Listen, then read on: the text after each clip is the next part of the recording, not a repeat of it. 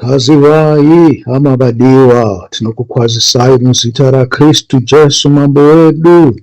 Tinovimba kutia muri kuva nenguva yakanaka ikoko, anhasi zvauri musi wesvondo, zuva rokumuka kwaIshe wedu Jesu Kristu. Tine urombo chaizvo, takanga tiri panguva yekunamata, naizvozvo takanga tisingakwanise kuita mapurogiramu edu aya. Asi nguva takava nenguva yakanaka chaizvo yekunamata.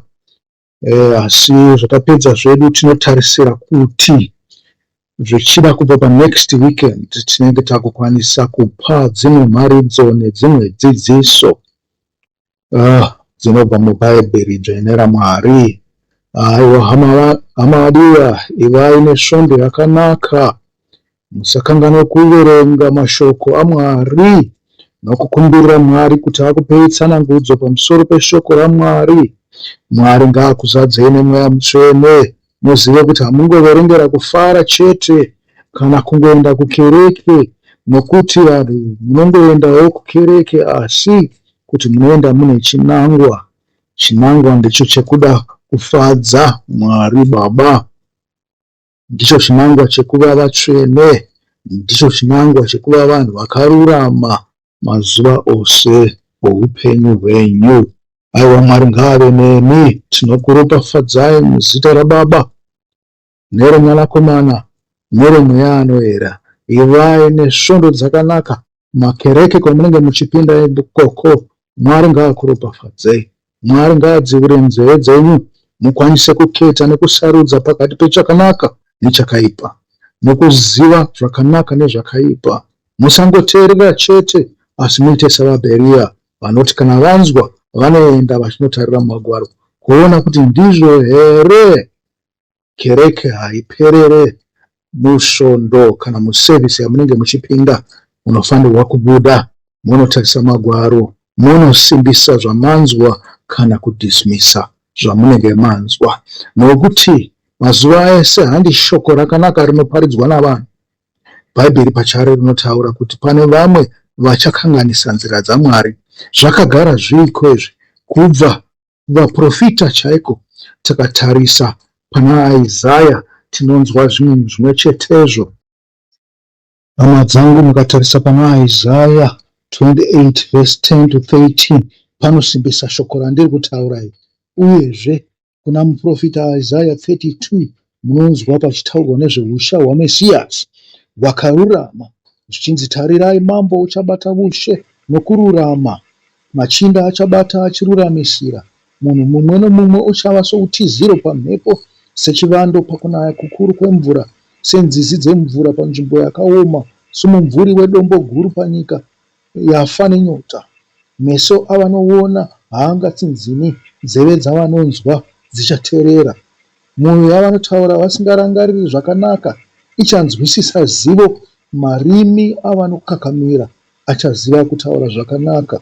Tichipinda pane mavhesi atinenge tichida anotaura pakuti kana maenda kukereke, teererai zvakanaka, chimborasai mimwe mifungo yose, monzwa zviri kutaurwa. Last time pandakapedzisa kutaura ndakataura pamusoro pemaclasses ekuti vanhu munozombopinda mumaclasses dzimwe nguva after service, asi vamwenya havangomirira izvo, vanongopinda muservice vobuda.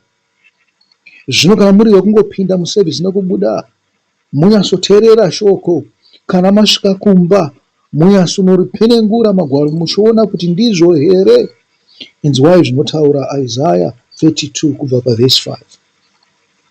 Zvikanzi benzi harichazonzi munhu wakakudzwa, munyengeri haanganzi mukomboreri, nokuti benzi rinotaura zvoupenzi, mwoyo waro unoita zvakaipa.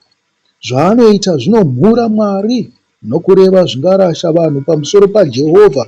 Zvaanorega kugutisa mweya wavane nzara nokushayisa vane nyota chinonwiwa.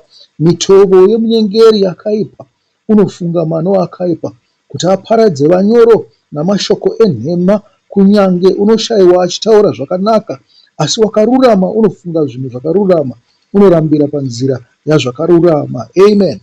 Imi ndimi muri kutaurwa pavhesi 8. Asi kubva pavhesi 5 zviri kutaurwa kunzi mukereke makapinda vanyengeri, makapinda vanhu vanenge vachida kutsausa vanhu kubva pana Mwari, vanhu vanongotaurawo zveubenzi zvavo zvokuti vawane mari, vapinde muhomwe dzenyu.